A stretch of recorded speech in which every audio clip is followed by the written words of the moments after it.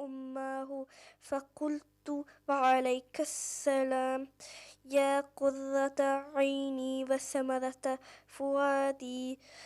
فقال يا أماه إني أشم عندك رائحة طيبة كأنها رائحة جدي رسول الله صلى الله عليه وآله وسلم. فقلت نعم إن جدك تحت الكساء. فأقبل الحسن نحو الكساء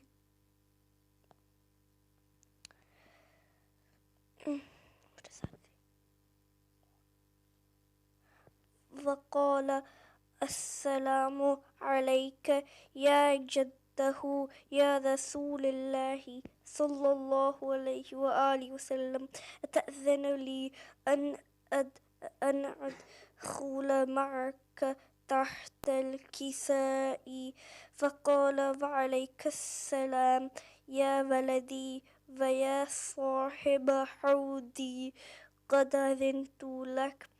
فدخل معها تحت الكساء فما كانت إلا ساعة وإذا بولدي الحسين قد أقبل وقال السلام عليك يا أماه. فقلت وعليك السلام يا ولدي ويا قرة عيني وثمرة فؤادي.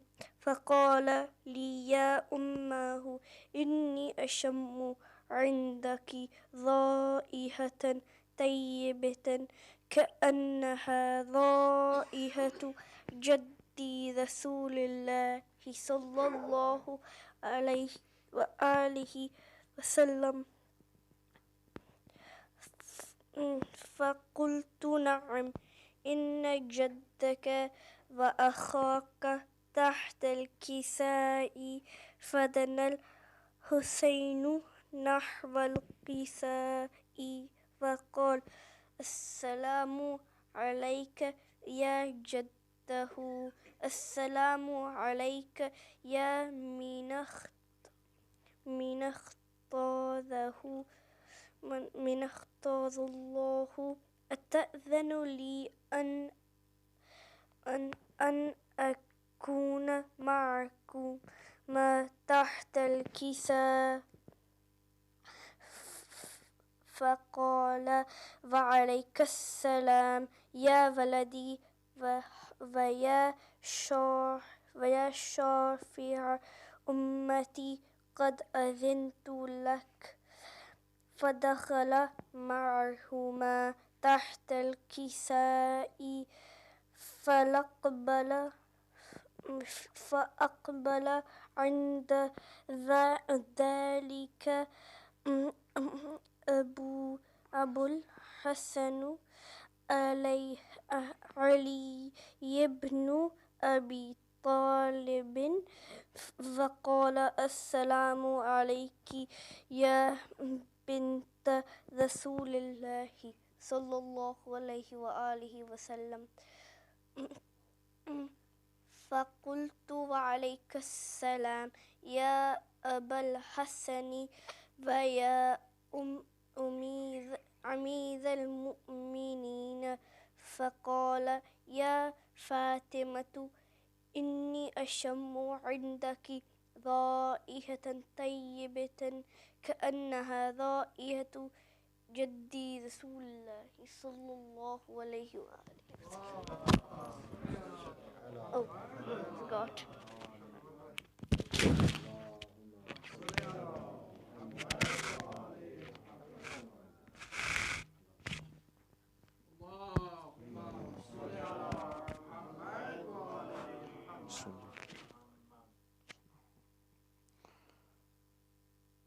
بسم الله الرحمن الرحيم.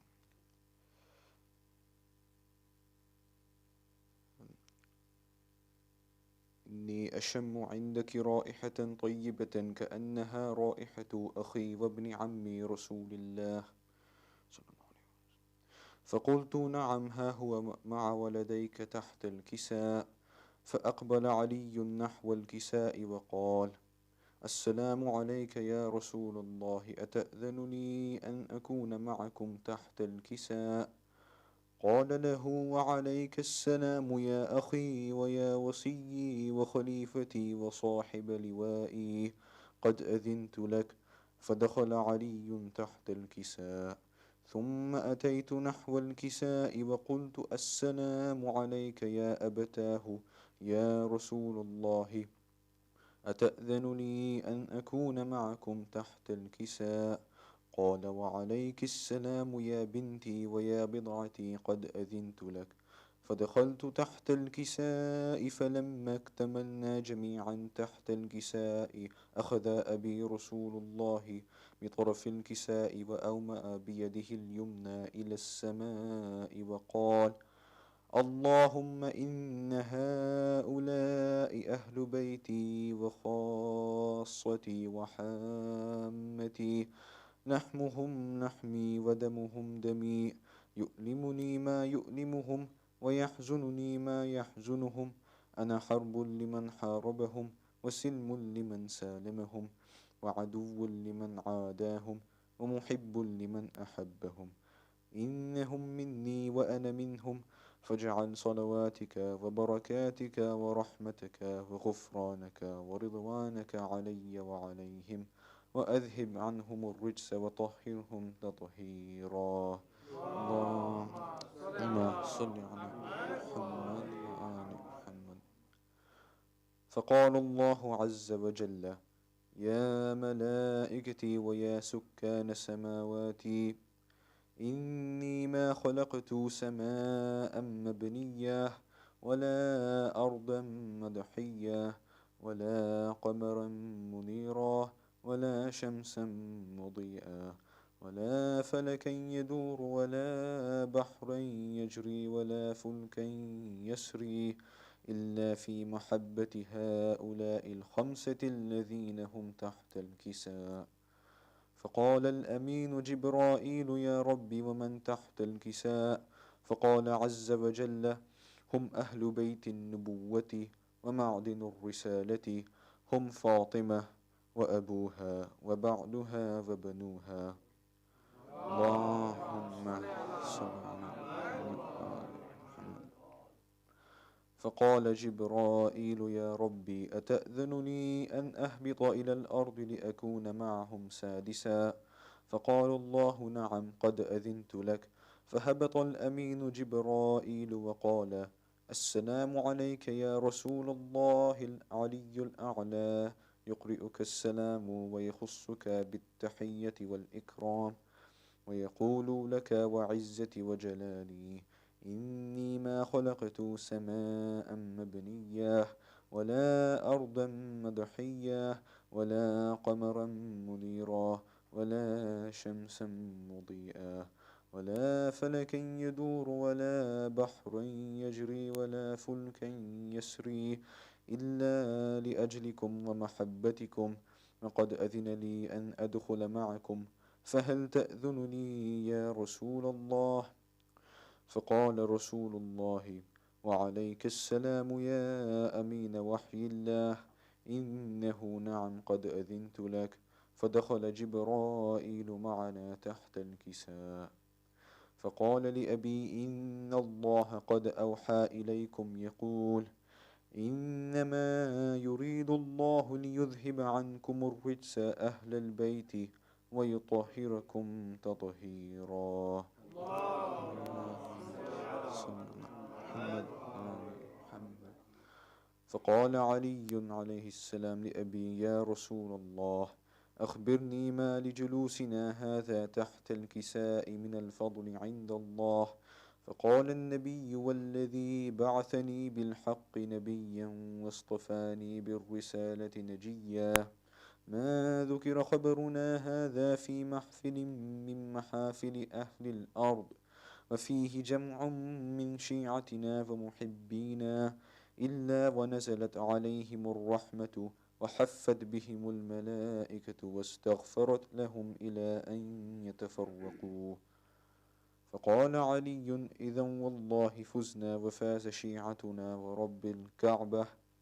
فقال النبي ثانيا: يا علي والذي بعثني بالحق نبيا واصطفاني بالرسالة نجيا، ما ذكر خبرنا هذا في محفل من محافل أهل الأرض، وفيه جمع من شيعتنا ومحبينا، وفيهم مهموم إلا وفرج الله همه، ولا مغموم إلا وكشف الله غمه، ولا طالب حاجة إلا وقضى الله حاجته. آمين. فقال علي عليه السلام: إذا والله فزنا وسعدنا، وكذلك شيعتنا فازوا وسعدوا في الدنيا والآخرة ورب الكعبة.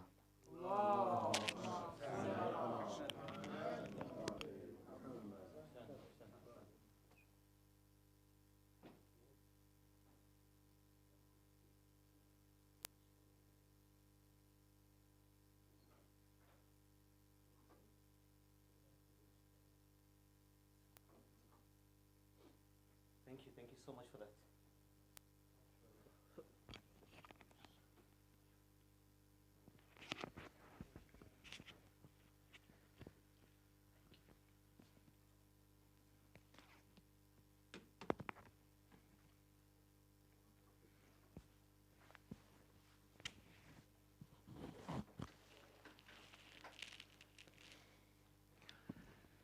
The verse that we will be looking at tonight, inshaAllah, is from Surah Al-Baqarah, chapter number 2 of the Holy Quran, verse 188.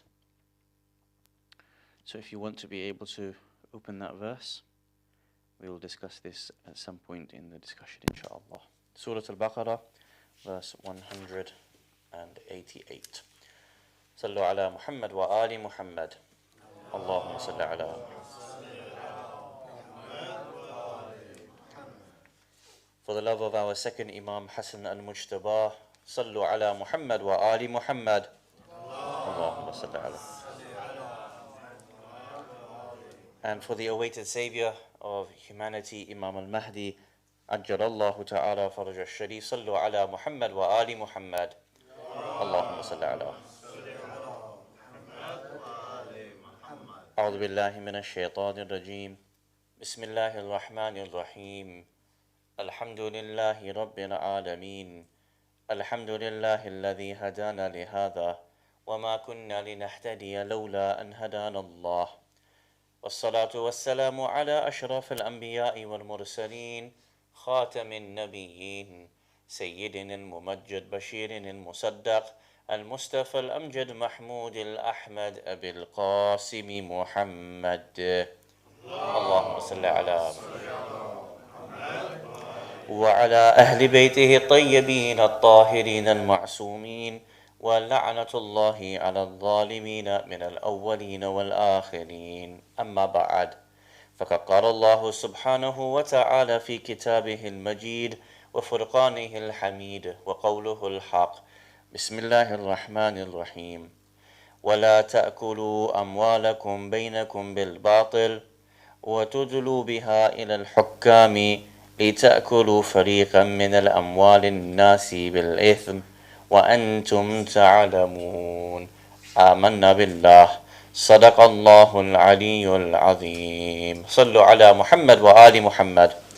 اللهم صل على. Awaited Savior of humanity, Imam al-Mahdi alayhi salam, my respected elders, brothers and sisters, Assalamu alaikum jami'an wa rahmatullahi wa barakatuh. عظم الله أجورنا وأجوركم بمصابنا. أبي محمد الحسن المجتبى صلوات الله وسلامه عليه. Our discussion tonight is to commemorate the martyrdom anniversary of our second Imam Hassan al-Mujtaba salawatullah wa salamuhu alayh. Allahumma salli ala. May Allah subhanahu wa ta'ala grant us his ziyarah fi dunya wal akhirah and accept our hajats bihaqqil Hassan alayhi salam for this world and in the next, and in our lifetime grant us the opportunity to be able to see the shrines rebuilt over Jannatul Baqi, inshaAllah. The time of our second Imam alayhi salam was so tumultuous and so difficult a time for him because he was forced to resign the post of Khilafat and enter into a peace treaty with Muawiyah ibn Abi Sufyan. What I want to be able to focus on tonight's discussion, inshaAllah, is an opportunity to be able to think about what reasons the Shi'a had to leave Imam al-Hasan alayhi salam and give Muawiyah ibn Abi Sufyan the opportunity to put pressure upon Imam al-Hasan alayhi salam and force him to sign this peace treaty. Only a few weeks back, we were talking, I think on the night of the Dasmo, on the night of the 10th after Ashura, about a hadith from our sixth Imam, Jaffer Ladak, salawatullah wa salamuhu alayhi, Allahumma salli ala, where the Imam alayhi salam divided his Shi'a into three groups. And he was commenting on a hadith of Imam al-Hasan alayhi salam. Imam al-Hasan's hadith is where he states that the hearts of the Kufans are with us, but their swords are against us. Later on, according to some narrations, this is something that was told to Imam al-Hussein alayhi salam as he was departing from Hajj. Nevertheless, according to our history, the first person to say this statement about the Kufans was Imam al-Hasan alayhi salam himself. Why?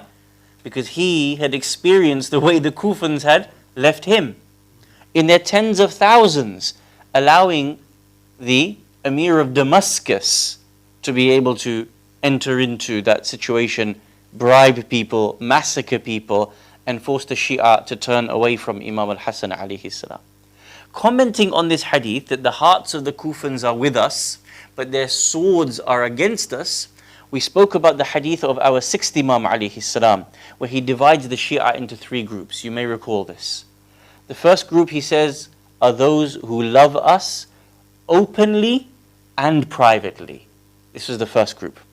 The second group of the Shi'a are those who love us openly, but they act like sultans whenever they have the opportunity. Meaning, whenever power or opportunity to usurp or opportunity to leave us is presented, they run towards this dunya as opposed to sticking with us. Outwardly, they do love us. You will see that they speak about us. You will see that they cry over us. But when opportunism is in front of them, they leave us. And in the hadith we mentioned that Imam al-Sadiq alayhi salam said, these are adna Shi'a. They are the lowest, worst type of Shi'a. And the third type of Shi'a, according to this hadith from Imam al-Sadiq alayhi salam, was that there are those who cannot love us publicly, but they don't even love us properly in private. For had they loved us in private, you would have seen that their actions matched ours in private. So these were three groups of Shi'a, and we talked about this and analyzed this hadith a little bit on the 10th after Ashura. Clearly we can see that there is so much historical importance from our Imams given to us to think about the people of Kufa, the people of Iraq, and why this group left Imam al-Hasan alayhi salam. Nay, they actually left Imam Ali alayhi salam, they left Imam al-Hasan alayhi salam, and they left Imam al-Hussein alayhi salam. It only came to the time when they became regretful, the Tawwabin, at the time of Imam al-Sajjad alayhi salam, did you see some of these people actually stick to the principles that they were supposed to have stuck to all along.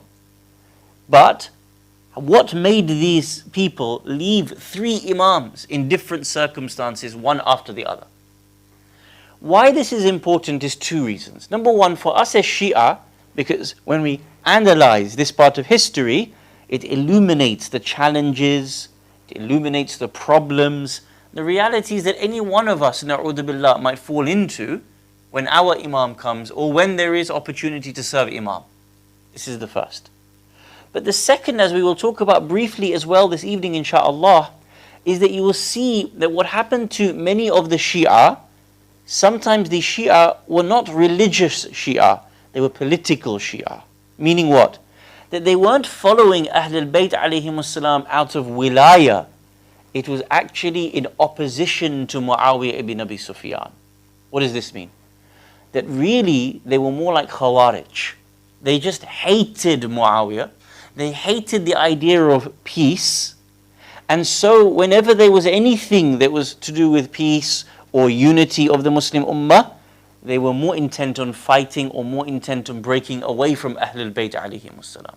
As you know, this is why we ended up with the battle of Nahrawan. When Imam Ali alayhi salam wanted to put Muawiyah to bed in the battle of Siffin, you know how this group split and ultimately blamed Imam Ali alayhi salam and then warred against him in the battle of Nahrawan.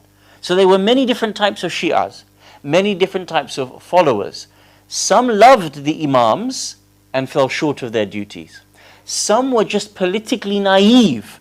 They didn't understand how bribery worked. They didn't understand how trafficking worked. They didn't understand how opportunism worked. They didn't understand how Muawiyah could outsmart them and how a pharaonic or Muawiyah-like government could just play with them like putty in his hands. And so when we analyze this tonight, we're going to look at 4 sets of narrations. So I brought with me the book, The History of the Caliphs, by one of the most outstanding historians of our generation, by the name of Ayatollah Rasul Ja'fariyan. May Allah bless him for his works. Well known in Iran and has won a phenomenal number of awards for his level of research and the output that he has given. So I'm going to read sections of his work in regards to Imam al-Hasan alayhi salam, and I want to divide the discussion into 4. The first is how were the Shi'a at the time of Imam Ali alayhi salam. And as I said to you, sometimes when we say the word Shi'a about the Iraqi Shi'a, about the Kufan Shi'a, we have to remember sometimes that they were wilaya and sometimes they was non-wilaya Shi'a. They were just politically aligned to Imam Ali alayhi salam because they were anti-Damascus, anti-Muawiyah, anti-Banu Umayyah. Number 1, how did Imam Ali alayhi salam address the Kufans? Why is this important? It gives us something to understand what the mentality of the Kufans were like. If we can see how Imam Ali alayhi salam addressed them, what he said about them, what he said to them, we're in a position to understand what the mentality, the practices of the Kufans were like. Number 1. Number 2, what were the false ahadith that Muawiyah and Damascus created about Imam al-Hasan alayhi salam to make the Shi'a think that Imam al-Hasan alayhi salam was weak, or that he did not want to fight Muawiyah, or that he was not truly an Imam? Hundreds of false narrations were created by Muawiyah. What were these narrations specifically about Imam al-Hasan alayhi salam, that when the Shi'a received them, it made them second guess Imam al-Hasan alayhi salam. It made them question his authority, disbelieve in him as a divine Imam. If we understand this, we will understand that when our Imam comes, do you imagine that the enemies, do you imagine that the media outlets will not try to beguile you and me about our Imam? Of course, they will do the same thing as Muawiyah did. And if you understand what Muawiyah used to spread about Imam al-Hasan alayhi salam, you will have some idea as to how they will speak about our Imam, or any Imam at that time. Number 2, the third thing is, how did Muawiyah ibn Abi Sufyan bribe the Shi'a at that time? How much did he spend? Whom did he target? And this is when we'll come back to this verse from the Quran, inshaAllah. And fourthly, we will look at 1 or 2 narrations of Imam al-Hasan alayhi salam in which he tried to be able to counter the practices of Muawiyah and how he wanted to teach his Shi'a how to navigate the situations that were upon them. Not just respond to Muawiyah. You see in history dozens of letters Imam al-Hasan alayhi salam wrote to Muawiyah that have been preserved, that we have received in the books of history. Not only was Imam al-Hasan alayhi salam dealing directly with Muawiyah, he also had to make his Shi'a understand how to navigate the treacheries, the briberies of Muawiyah ibn Abi Sufyan. What were some of those narrations? These are the 4 things that we will try to be able to discover this evening with your permission and your blessing of a loud salawat ala Muhammad wa ali Muhammad.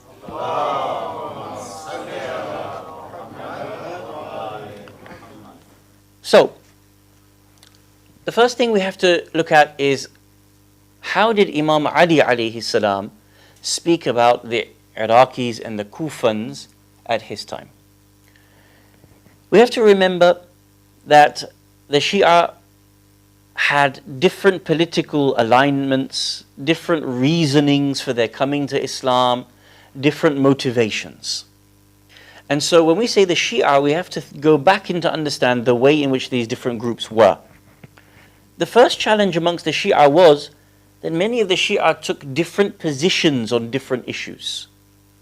So for example, when it came to the Battle of Siffin, and seeing that Imam Ali alayhi salam was, or there was the talk of having a treaty with Muawiyah, many of the Shia didn't know whose side to take. And so they took many different positions in that situation. This was one problem. A second problem was that for many, they saw that the Khawarij were being so much praised for their hard extremist stance against Muawiyah ibn Abi Sufyan, that some people imagined that they were on the right.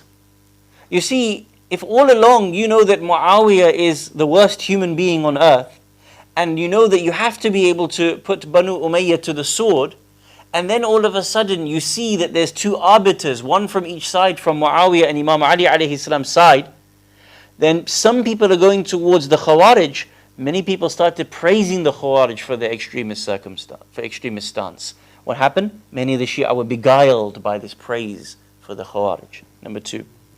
Number 3, many of the Shia did not necessarily have loyalty to Imam Ali alayhi salam, but they had mixed loyalties to their tribes.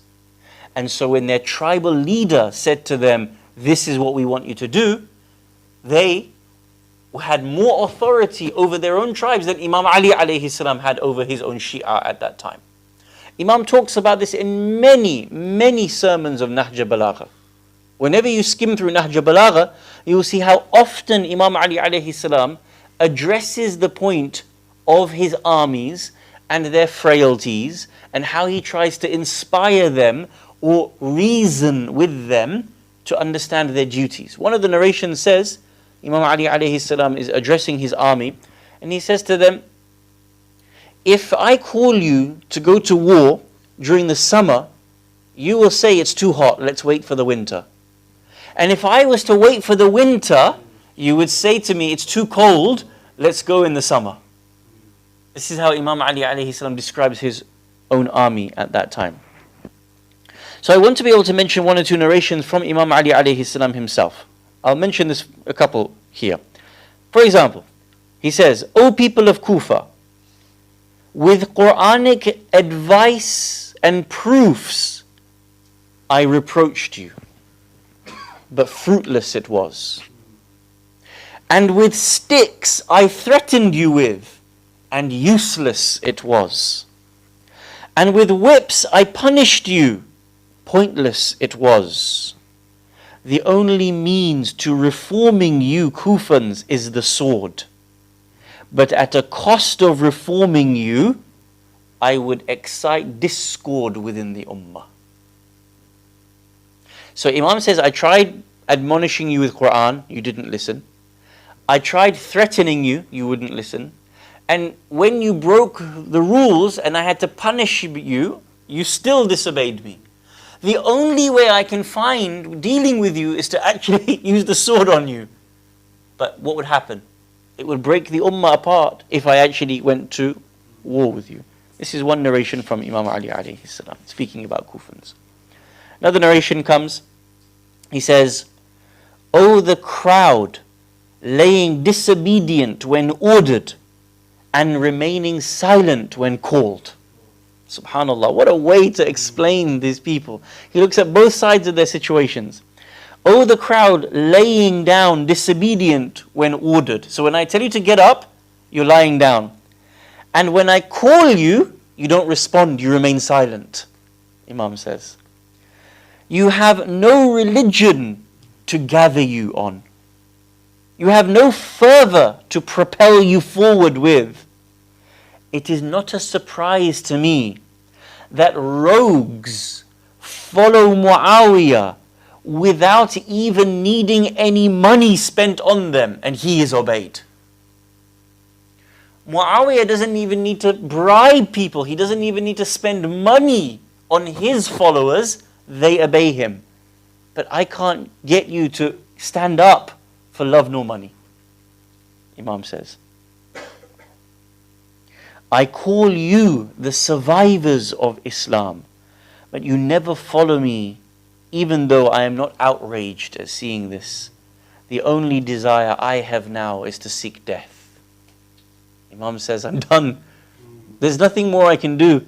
I'm now looking forward to my outcome when I can wash my hands of you and be with my Prophet, be with my Lord in the heavens.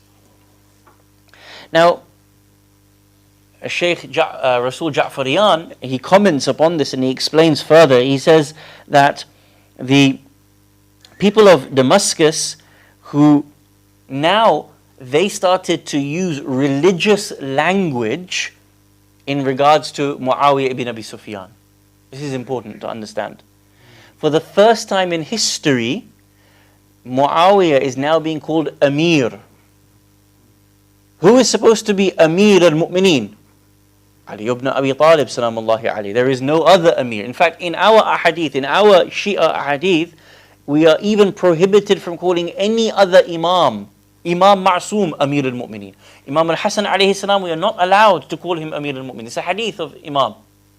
Amir al-Mu'mineen is exclusively for Ali ibn Abi Talib unless you are doing taqiyya.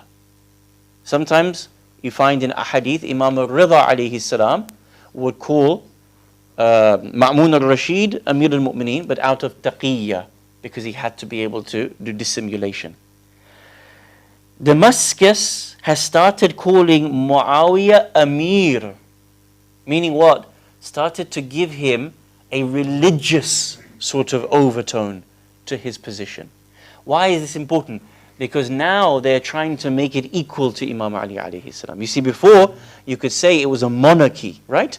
When Uthman bin Affan starts a kind of dynasty, an Umayyad dynasty, the idea is he puts all his family members in power, right?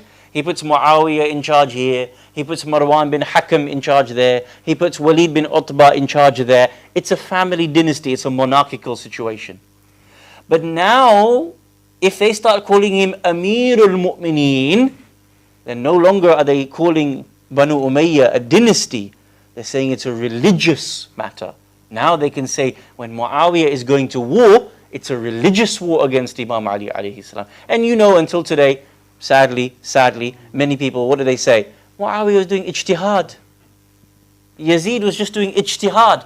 Where did they start to get this religious language from? You see? From that time they started to call him Amir. Damascus started to call him Amir. And the death toll that the Shi'a had in Siffin and Nahrawan began to undermine the Iraqi spirit to fight with Imam Ali alayhi salam. And the third challenge was that Damascus did not want, Iraq did not want Damascus to dominate over them. So they weren't necessarily following Imam Ali's words because out of love and wilayah, they just didn't want a foreign power to rule over them. The asabiyya and the kind of racisms or the sort of extremism and tribalisms that were starting to bubble up between them. So this is how Imam Ali alayhi salam is speaking about Iraq and Kufa in particular and the Shi'a at that time. You can understand that this is happening at the time of Imam Ali alayhi salam. When Imam is martyred, Imam al-Hasan alayhi salam has to inherit these people as his Shi'a. Many of them. So now if Imam Ali alayhi salam has had so much difficulty with them, can you imagine how difficult it must have been for Imam al-Hassan alayhi salam to mobilize these particular people? This is the first thing. The second area of study was for us to be able to look at those narrations which talk about the factories of ahadith that Muawiyah ibn Abi Sufyan had created. I mentioned to you before, I don't believe this hadith was at the time of Muawiyah. I believe it was later in Banu Umayyah. But to give you the extent of how corrupt Banu Umayyah was, Banu Umayyah created a hadith in Damascus to say that the Caliph of Banu Umayyah is afdal over the Prophet Muhammad sallallahu alaihi wasallam. Can you imagine? So imagine you're a young person growing up, and every week on the pulpit, every Friday Jum'ah khutbah, not only do you hear a la'an, na'udhu billah, of Imam Ali alayhi salam, you also hear a hadith from the Prophet to say that the Caliph in Damascus, for example Yazid or whoever, is better than the Prophet, na'udhu billah. This is the level of depravity that they were willing to go to. If they were willing to make this up against the Prophet sallallahu alaihi wasallam, can you imagine what they were willing to say against Imam al-Hassan alayhi salam? So I'll mention a couple of hadith, maybe 4 or 5 hadith, to give you a flavor of what they used to say about Imam al-Hassan alayhi salam. Now why is this important? As I said, these hadith were spread in Medina, spread in Iraq by spies on the payroll of Muawiyah, so that it could create confusion and discord between the Shi'a. And they didn't know what to believe about Imam al-Hassan alayhi salam, about his authority, about his willingness to fight against Muawiyah. This is important to understand how people will lie against the Imam of the time. One hadith, it is mentioned that they used to blemish the reputation. This I'm reading to you from Ayatollah Jaffer Ladak. In addition to blemishing his reputation, they abused Imam's position as a means of condemning Imam Ali alayhi salam and even Imam al-Hussein alayhi salam. They falsely quoted Imam al-Hassan alayhi salam and created a hadith that said, "For the sake of the kingdom, never will I fight Muawiyah." Now if you got 10,000, 20,000 Shi'a in Kufa, and they are being spread a hadith quoting Imam al-Hassan alayhi salam, for the sake of the unity of the kingdom, which Imam would never use those words, for the sake of the kingdom I will never fight Muawiyah, then you know thousands of Shi'a are going to start questioning, well, if he's not going to fight Muawiyah, why should we fight Muawiyah ibn Abi Sufyan? This is one narration attributed to Imam al-Hassan alayhi salam. Another hadith, very interesting hadith, again falsely attributed about Imam Ali alayhi salam. The Damascans said that when Imam al-Hassan alayhi salam was born, Imam Ali alayhi salam wanted to name him, Imam al-Hassan, Imam Ali alayhi salam wanted to name him Harb. Do you know what Harb means? War. You know, then the Arabs, they used to name their children like this. They used to name their children after animals, very aggressive animals, rabid dogs. You know the word Muawiyah means female dog.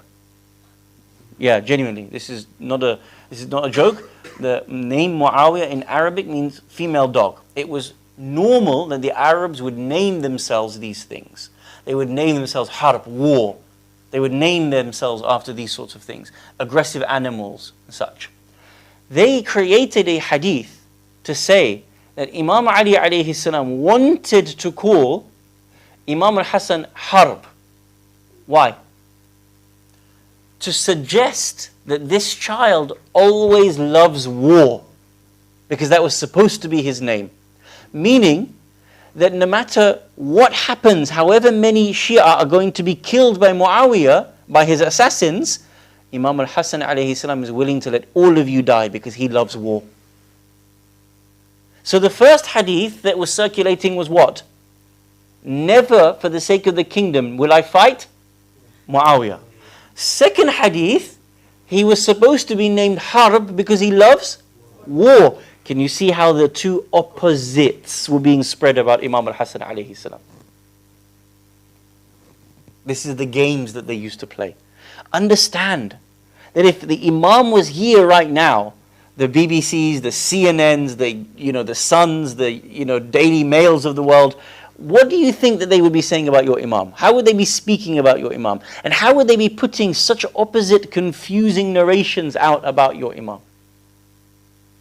This is how the Shi'a became confused. Another hadith.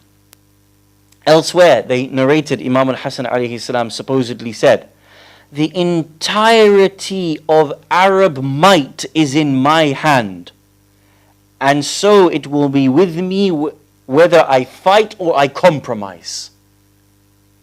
Showing what? Arrogance of Imam al-Hasan alayhi salam. All the Arabs have to listen to me no matter what happens. And the way it was clothed was sort of about arrogance. Another hadith, this one is a very interesting one. Now, just going back for a second, when Imam al-Hasan alayhi salam is born, you know when we celebrate his wilada, who names Imam al-Hasan Hasan? Whom? And whom does Jibreel check with? Allah subhanahu wa ta'ala. Do you remember that hadith? What have you named him, O Ali? Ya Rasulullah, I would never precede you. And I would never precede my Lord. Jibreel Amin descends and says that Harun's children were called Shabr and Shubayr. Therefore you should call him Hassan and the son Hussein. You all know this narration. So the false narration, this was going against the narration. Imam Ali alayhi salam wanted to name him Harb. Yes? They used to falsely refute narrations of the Prophet making up this. This is another one. I'll show you another one where they falsely attribute a narration about the Prophet to go against Imam al-Hasan alayhi salam. So you know the narration, Hussein is from me and I am from Hussein. Husaynun minni wa ana min al-Hussein. They created a narration from the Prophet sallallahu alaihi wa alihi to say, Hassan is from me, the Prophet, but Hussein is from Ali. Why? They wanted to split Imams Hassan and Hussein in the minds of the Shi'a. So they started to create hadith to say that Imam al-Hasan is going in this direction and Imam al-Hussein is going in that direction. If the two Imams of Ahlul Bayt cannot decide on what should be done, are you going to get in the middle of their argument? And Shi'a fell for it. Shi'a fell for it. So they used to create these narrations. Another narration that they created about Imam al-Hussein alayhi salam, where Imam al-Hussein alayhi salam is narrated to have said to his brother Imam al-Hasan alayhi salam, I wish my heart were yours and your tongue was mine. Can you ever imagine Imam al-Hussein saying this? I wish my heart was yours. I wish you had the bravery of my heart. But oh Hassan, I wish I had the brilliant tongue that you have, the ability to speak like you have. When Shia heard these sorts of narrations, they thought that Imams Hassan and Hussein could not decide between themselves what to do. Why is this important? You remember the Prophet's hadith. Hassan and Hussein are Imams, whether they stand or whether they sit. Do you remember this? So every time there was a narration from the Prophet sallallahu alaihi wasallam, Damascus would create a narration to oppose it. Or the other way around can be said, the Prophet knew that they were going to create these sorts of narrations and he foreshadowed it. He managed to explain these things to us in advance so that if you knew the hadith of the Prophet properly, you would never be beguiled by the hadith that was created by Muawiyah ibn Abi Sufyan about our second Imam, Hassan al-Mujtaba, salawatullah wa salamuhu alayhi.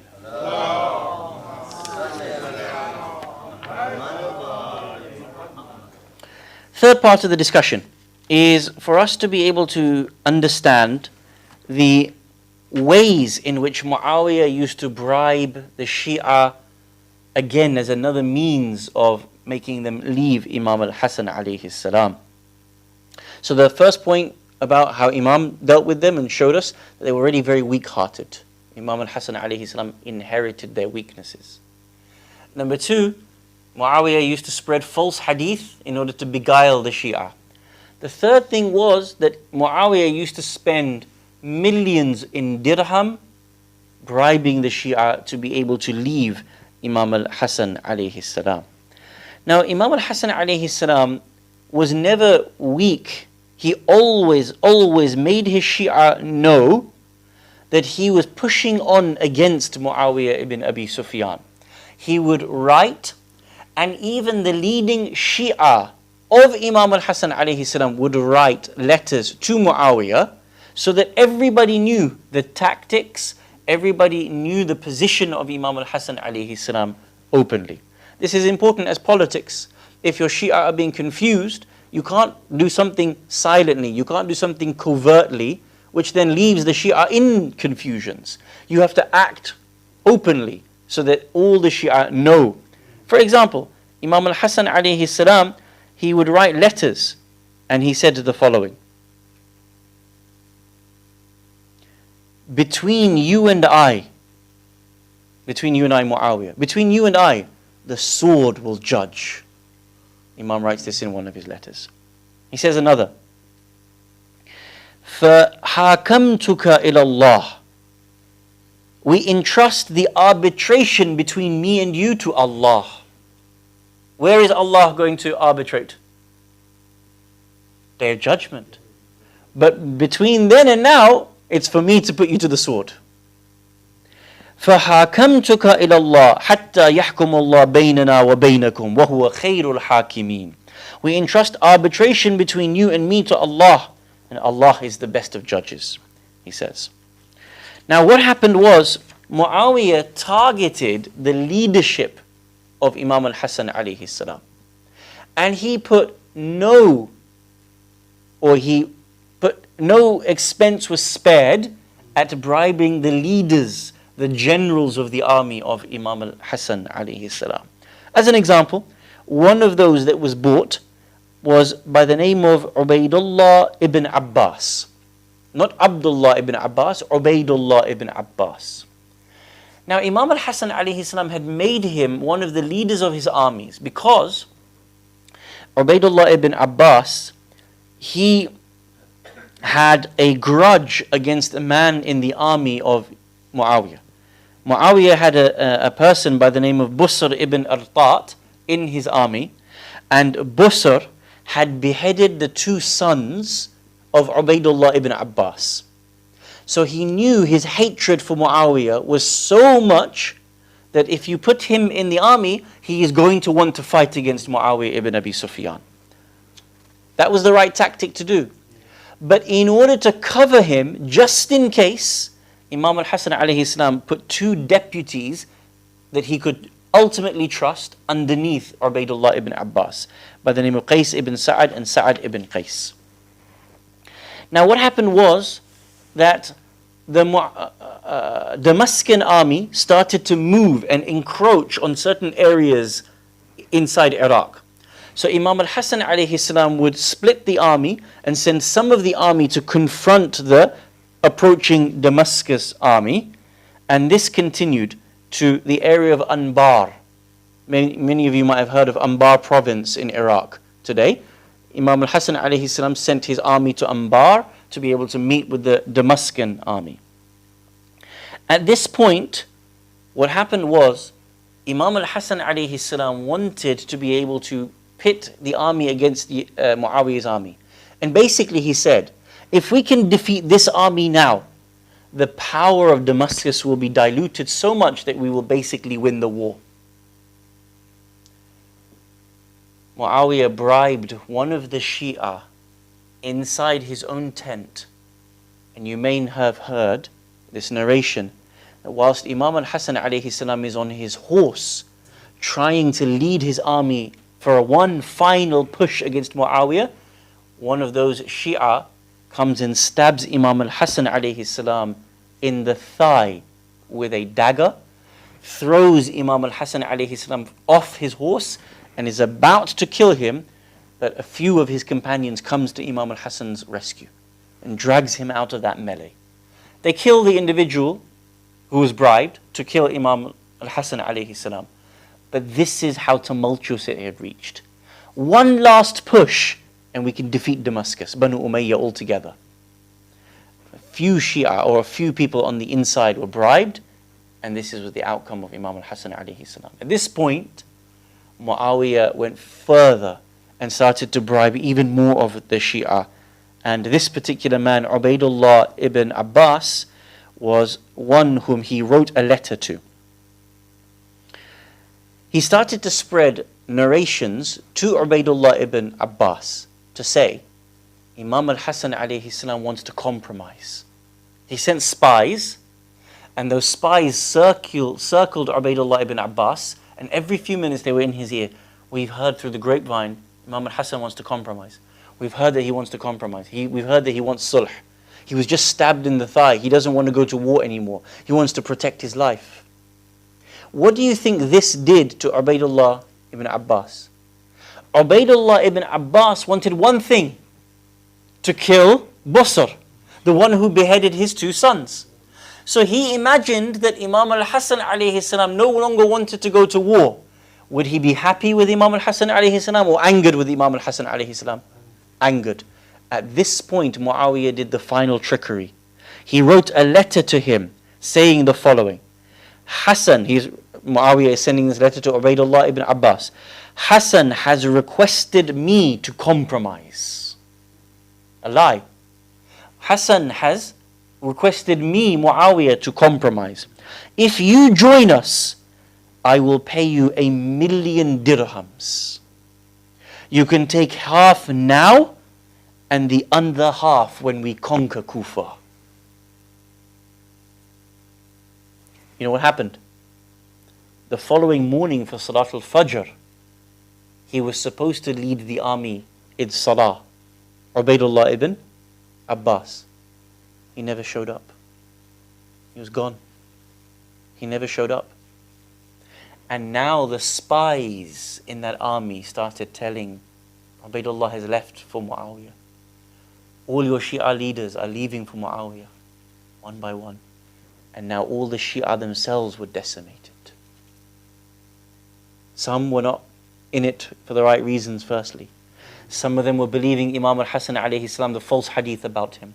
Some were being bribed. Some were being killed by Muawiyah. One by one, many of these Shi'a left Imam al-Hasan alayhi salam.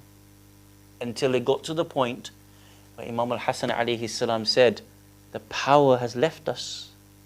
Yesterday I said to you, one more push and we can defeat Muawiyah. That's it, forever, he's gone.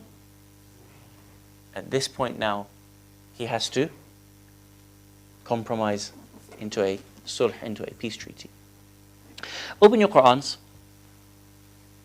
to Surah Al-Baqarah, verse 188.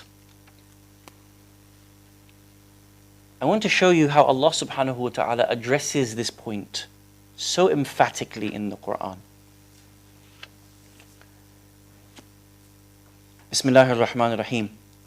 وَلَا تَأْكُلُوا أَمْوَالَكُمْ بَيْنَكُمْ بِالْبَاطِلِ. Do not eat up your wealth amongst yourselves by false means. You see, wealth is not allowed to be used in these ways, to create false hadith, to pay ruwat, narrators of hadith, to bribe people. Now look at this part of the ayah. وَتُدْلُوا بِهَا إِلَى الْحُكَّامِ. Nor is your wealth permitted to be spent as a means of gaining access to judges. Meaning what? Bribing people. The Quran forbade bribery from the outset. What did Muawiyah do? Bribe the leadership of the Shi'a of Imam al-Hasan alayhi salam, wherever and however he could. Allah subhanahu wa ta'ala says, this act, bribery, in any situation, destroys social justice. Because if you can have your personal judgment, or the judgment of the laws of your society, or the rules of your society based on the highest bidder, the entirety of the society collapses. This isn't for Imam al-Hassan's society, it's also for our society as well, right? Sometimes in our communities, in certain countries from back home, sadly the whole system works on bribery. True or not? Something happens, the police come, you have to pay them a small bribe. You want to have a business, they will come and tell you, oh, sorry, it's not up to the fire code, but, I can make sure it is up to the fire code. You go to a certain country, you need to be able to get yourself a visa, as long as you know the right person. See, sometimes you say, but the whole country, our whole country is run on bribes. I can't survive. I have to work within the system. The more we participate in that system, the longer that system continues, the longer that system flourishes. The more it becomes normal, the more we normalize and accept bribery as part of our lives. Allah subhanahu wa ta'ala said, do not allow it to become normalized where the highest bidder for anything is able to make the decisions within your societies. In the United States of America, I don't know if you know about this, there's a rule, the Supreme Court made a judgment several years back, calls, I forget the name of the judgment for a moment, it escapes me. And the judgment is about freedom of speech, that even corporations are considered people. This was the judgment. I don't know if you know about this. Why would people lobby for a company to be considered a human being like it can have speech, rights of speech? The same way you and I can sponsor a politician, the company can also sponsor the politician. Because it's got freedom of speech, freedom to say what it wants. So now, I want to be able to sponsor a politician. You might give a donation. How much can I afford? If I support you, I'll give you £50, $50. How much can a multi-billion-dollar company support that judge, support that political campaign, support that politician? Can you see? They can sponsor $500,000. They can sponsor, and when you sponsor it, what do you think you're getting back in return? The law is made for you, you see? When you normalize this within a society, the whole society collapses. The rules of that civilization collapses. Imam Hassan alayhi salam's whole Shi'a community collapsed off the back of how much money and wealth Muawiyah could pump into the system, either by paying rawat, narrators of hadith, to falsely make up hadith, or to bribe the heads of the Shi'a of Imam al-Hassan alayhi salam. Last part of our discussion. How did Imam al-Hassan alayhi salam respond? I mentioned this to you on a previous night about Imam al-Hassan alayhi salam. That if you look at the corpus of his narrations, you will find a large proportion of his narrations are about the issue of how to identify good friends from bad friends. How to understand the matters of loyalty. Imam al-Hassan alayhi salam's single biggest block of narrations is about this particular issue. Why? Because his Shi'a failed many times to be able to identify who was truly their friend, who was a spy, whom they should keep close to them, whom they shouldn't, whom they should be giving ear to and whom they shouldn't. Now that's important for us as well. Our young friends here who are going to school, who are going to university, the most important thing you can do in your life at this stage is have good friends around you. Because if you have bad friends around you, if you don't know how to judge the character of a person, whether they're worthy of your time, whether they are going to be loyal to you, whether they put peer pressure on you or not, then we end up becoming like them. We end up falling for their trickery. Imam al-Hassan alayhi salam has dozens of narrations on how to be able to identify good friends from bad. One narration, Imam al-Hassan alayhi salam says, look into the character of that person whom wants to associate with you before you associate with them. Not after the fact. Not go and hang out with them for a month and then make your decision. Look into their character first and then make the decision. And if you see that their character is good, then you can associate with them. If you see it is not, protect yourself. And then he says something brilliant. He says, don't be so judgmental, because everybody is going to have flaws. If you're going to ask everyone to be like Imam Ma'soom, no one is going to be like that, and you're not going to have any friends whatsoever. So even though when you judge them, still judge them with compassion and forgiveness. It's not to say that you don't judge. Imam is balancing here. Have your decisions, what values you want in a person. But if you see once he has not been completely correct, make the decision. Is that part of his character, or is that a slip?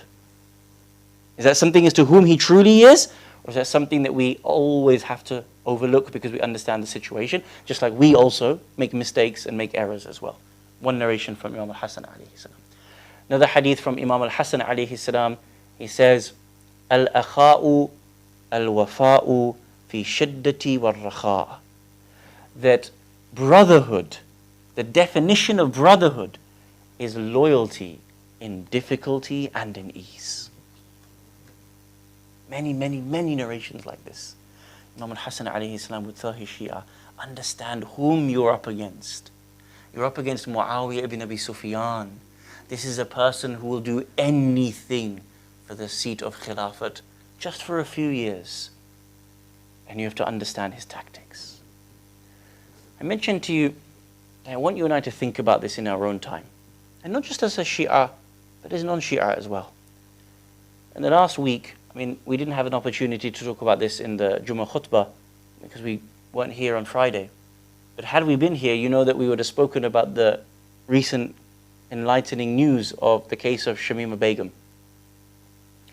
That a British intelligence officer working out of the Canadian embassy smuggled her and her friends to Turkey, and then from Turkey into Iraq to join ISIS. Just let that sink in for a second. A British intelligence officer smuggled children to Daesh, to ISIS.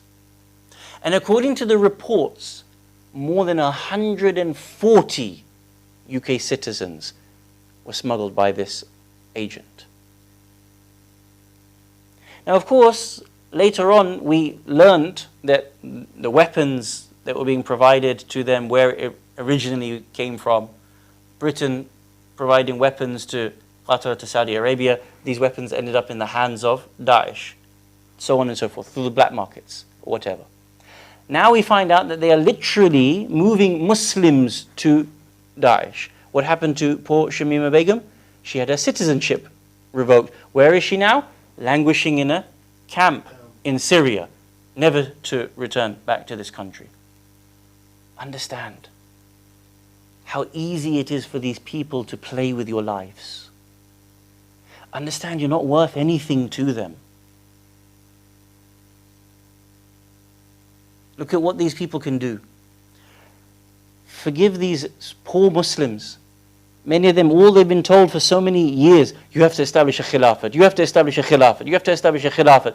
And the moment a khilafat was established in Iraq and Syria, they were told, you have to go and fight for it, this is your religious duty. Who has been spreading this all along? Who has been spreading the idea that you need to, it's wajib for you to establish a khilafat? What kind of khilafat? Not a khilafat under Ahlul Bayt alayhimus salam. Anyone can stand up. What was the name of the caliph of ISIS? Abu Bakr al-Baghdadi. Random person who we've never known, never heard of before, no credentials, we don't know anything about him, never had a picture before he stands up and says, I'm the caliph of the Muslim Ummah. He can now become caliph. Thousands of Muslims from across the world suddenly come to him. And you see, do you understand? The same way Muawiyah can make up things about the religion and so easily beguile people. Do you not think it's easy for the Muawiyahs of today to make up the same things, spread the same sort of mischief, send people to their death? Understand, can't be naive. We have to understand why history unfolded the way it unfolded, and we'll be much stronger for it in our own time. Me and you may know these things. You a Shi'a, you've been listening to the story of Imam al-Hasan alayhi salam 40 years of your life, 20 years of your life, 50 years of your life. Sadly, there are many, many Muslims that have no idea. And all it takes is right opportunity to sit down and we explain these things in history, and then they become a little bit more aware that they don't get played like this again in the future. Inshallah, we don't have any more Shamima Begums created by the British state, such that eventually so many people lost their lives to ISIS. Imam al-Hassan alayhi salam is madloom. He's madloom in his life and he's madloom in his death. I want you to imagine this Imam being stabbed in the thigh by people whom he thought he could trust. Out of all the people whom he thought he could trust his wife, Ju'ta bint Ash'ath. What was the hadith, the last hadith I told you? Al-akha'u al-wafa'u. Brotherhood is loyalty. Fi shiddati wa rakha. In difficult times and in ease, whatever the situation is. Look, again, a bribe given to Ju'ta bin Ash'ath. What did Muawiyah ibn Abi Sufyan tell her? Oh Ju'ta, if you murder Hassan ibn Ali, I will give you my son Yazid as your husband after. You'll become the queen of the ummah. You'll become the wife of the caliph. Subhanallah. And she gave that poison to Imam al-Hassan alayhi salam. Do you know the narrations differ? Some narrations say Imam al-Hassan alayhi salam suffered for 3 days with the poison running through his body. Another narration says that he suffered for 40 days with the poison running through his body. And a third narration says that he suffered for 2 whole months with that poison in his body. That poison, according to the narration, was so bad that he would cough up parts of his insides. That he would cough up so much of his intestine, or at least part of his insides, and with a stick he would just turn it over and look at his circumstance and look at his situation. Imagine Imam al-Hassan alayhi salam lying on his deathbed, the pain overwhelming him so much that he kicks left and right with his legs. He shifts to the left and he shifts to the right in order to find a moment of comfort. When Imam al-Hassan alayhi salam is lying on his deathbed, he calls his family towards him and he begins to give his wasiyyah to Imam al-Hussein alayhi salam. He says to him, "O Hussein, when I die, I want you to bury me next to the Prophet sallallahu alaihi wa alihi. And if you cannot do that, then bury me next to our mother Fatima az-Zahra. And if you cannot do that, then bury me away, because I do not want any blood to be shed on my account." And then he says to him, "O Hussein, I wish I could be there with you on the 10th of Muharram. I wish I could be there to stand in front of you when they attack you on the 10th of Muharram. La yawm ka yawmak ya Aba Abdullah. There is no day like your day, O Aba Abdullah al-Hussein." Can you imagine this moment? We are told that he has to then pass over the imamate to Imam al-Hussein alayhi salam and tell him and his family members how to be strong and prepare for what is going to happen in Karbala, what is going to happen in Kufa, what is going to happen in Damascus. Later, after Imam al-Hassan alayhi salam passes away from this world, from his poisoning, they try to take his body to be able to take it and be buried by the Prophet sallallahu alaihi wa alihi. One narration says that Aisha says that the Prophet is buried in my house. I do not want Imam al-Hassan to be buried in my house. She calls upon Banu Umayyah, she calls upon Marwan bin Hakam to stop this. They try to take the coffin of Imam al-Hussein, of Imam al-Hassan alayhi salam. They try to take the duffin of Imam al-Hassan alayhi salam to be buried. The narration says that they shot arrows into the coffin of Imam al-Hassan alayhi salam. One of the narrations says that they shot 70 arrows into the coffin of Imam al-Hassan alayhi salam.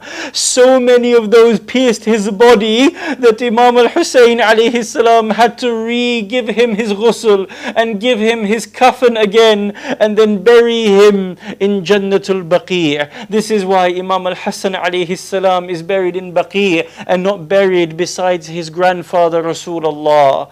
But I want you to imagine at the same time, if there had been 70 arrows shot into the coffin of Imam al-Hasan alayhi salam. Remember that narration from Imam al-Baqir. He says that there were so many arrows in my grandfather's body that when he fell from his horse, his body resembled that more of a hedgehog than that of a human being. I want you to imagine that when Umar ibn Sa'ad called out to his army to kill Imam al-Hussein alayhi salam, he said, strike him with everything that you have, such that they fired all of their arrows, they threw their swords at him, they threw their spears at him, they threw their stones and sticks at him.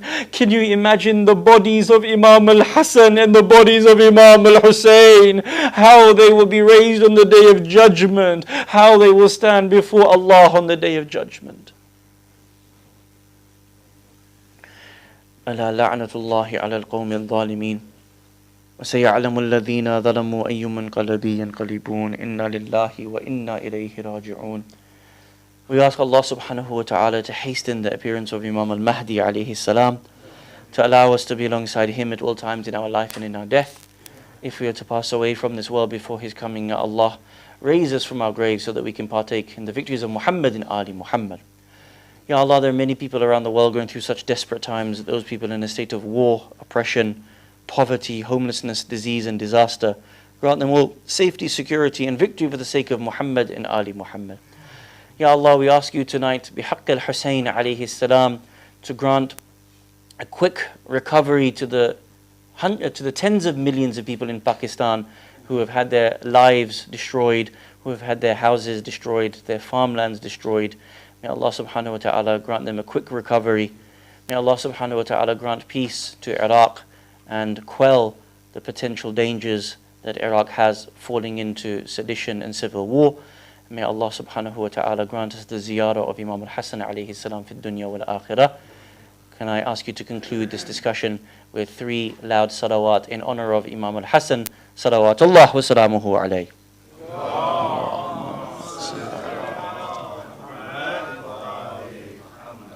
Allahumma salli ala